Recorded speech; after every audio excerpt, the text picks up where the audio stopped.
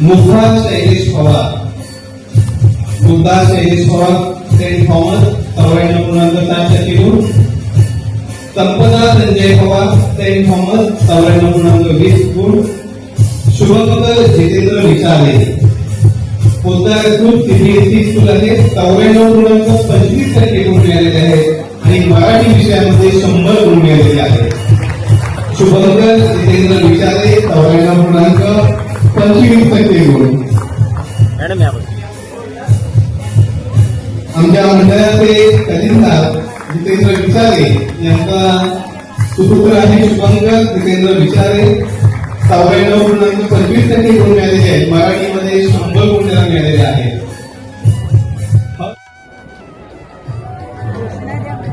छत्रपती शिवाजी महाराज की जय. नमस्कार.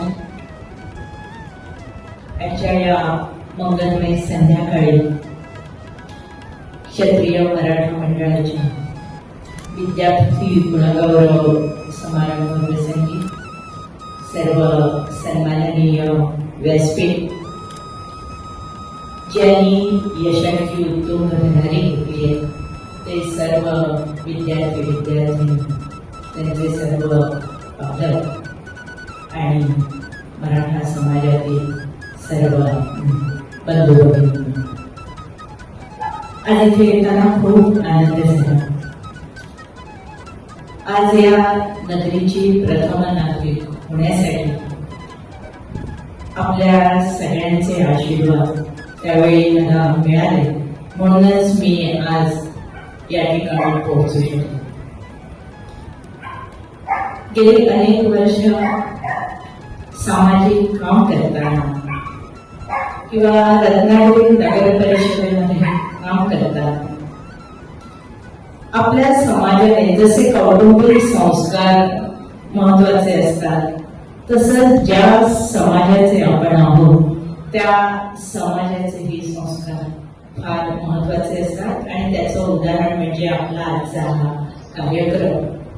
कारण इयत्ता 10वी 12वी ही सर्व विद्यार्थ्यांच्या आयुष्यातली महत्वाची, कारण त्यांच्या आयुष्याला कलाटणी देणारी अशी वर्ष असतात आणि यामध्ये यशाचं शिखर गाठणं. जेव्हा आपण पुढे जात असतो त्यावेळी एक कौतुकाची थाप हे आपल्याला पुढच्या आयुष्यात खूप काही सांगून जाते. जशी घरातली ताप असते तसंच ज्या समाजाचे आपण आहोत त्या समाजाने आपल्या पाठीवर केलेली ही कौतुकाची थाप आपल्या पुढच्या आयुष्यासाठी खूप मोठी शिदोरी ठरू शकते. आज तुम्ही विद्यार्थी खूप भाग्यवान आहात, कारण पूर्वीच्या काळी आम्हाला एवढ्या शाखा नव्हत्या किंवा 10वी 12वी झाल्यानंतर एक ग्रॅज्युएशन किंवा ठराविक शाखा होत्या.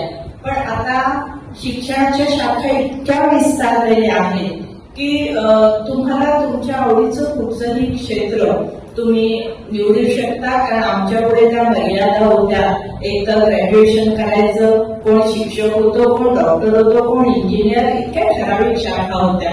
पण आता तुम्ही खरोखर ज्याची तुम्हाला आवड आहे ते क्षेत्र तुम्ही निवडू शकता. इतक्या शाखा विस्तारलेल्या आहेत.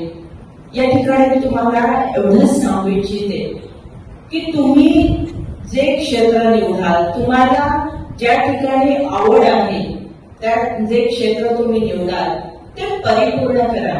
जसं फांदीवर बसलेल्या पक्ष्याला फांदी तुटण्याचं भय कधीच वाटत नसतं, कारण आकाशात उडण्यासाठी त्याचे पंख भक्कम असतात. तुम्हीही तसं शिक्षण घ्या की तुमच्या आयुष्यामध्ये कितीही चढ उतार आले तरी तुम्ही तुमच्या शिक्षणाच्या जोरावर खूप काही पुढे जाऊ शकता. अशा प्रकारचं तुम्ही शिक्षण घ्या अशी विनंती मी आज तुम्हाला करते. आणि खरोखरच आपण सगळे शिवरायांचे मावळे आहोत. शिवरायांचं सळसळतं रक्त आपल्या सगळ्यांमध्ये आहे. त्यामुळे शून्यातून विश्व कसं निर्माण करायचं आणि अतिशय कठीण प्रसंगी आपले भक्कम पाय रोवून आपण कसं पुढे जायचं हे आपल्या सगळ्यांना ज्ञात आहे. कारण आपण सगळे शिवरायांचे मावळे आहोत म्हणून मी सांगितलेले आहे. त्यामुळे हे शिक्षण घेताना आपल्याला कितीही खचखळे आले, कितीही प्रसंग वाईट आले, तरी त्याच्यावर मात करून पुढे जाऊन जिद्दीने तुम्ही शिक्षण घ्या. आज तुम्ही हे यशाचं शिखर गाठलेलं आहे. हे शेवटचं शिखर नाहीये. मला तर असं वाटतं की तुम्ही जे ध्येय निवडलेलं आहे त्या ध्येयाचं प्रवेशद्वार आता सुरू झालेलं आहे. आणि आजचा आनंद पुढे घेऊन जाऊ. उद्यापासून ज्या ध्येय गाठण्यासाठी तुम्हाला त्याच शक्तीने पुढे जायचं आहे. पुढे जाता जाता एवढंच सांगेल, तुम्ही कितीही शिकला, कितीही मोठे झाला, पुढे गेलात, तरी आपल्या आई वडिलांना, आपल्या गुरुजनांना, आपल्या समाजाला आणि आपल्या संस्कृतीला कधीच विसरू नका. हे जर सगळं तुम्ही पुढे घेऊन गेलात तर नक्कीच या समाजातील एक चांगले सुजाण नागरिक तुम्ही व्हाल. या तुमच्या यशासाठी आणि तुमच्या पुढच्या वाटचालीसाठी मी शुभेच्छा देते आणि थांबते. जय हिंद, जय महाराष्ट्र.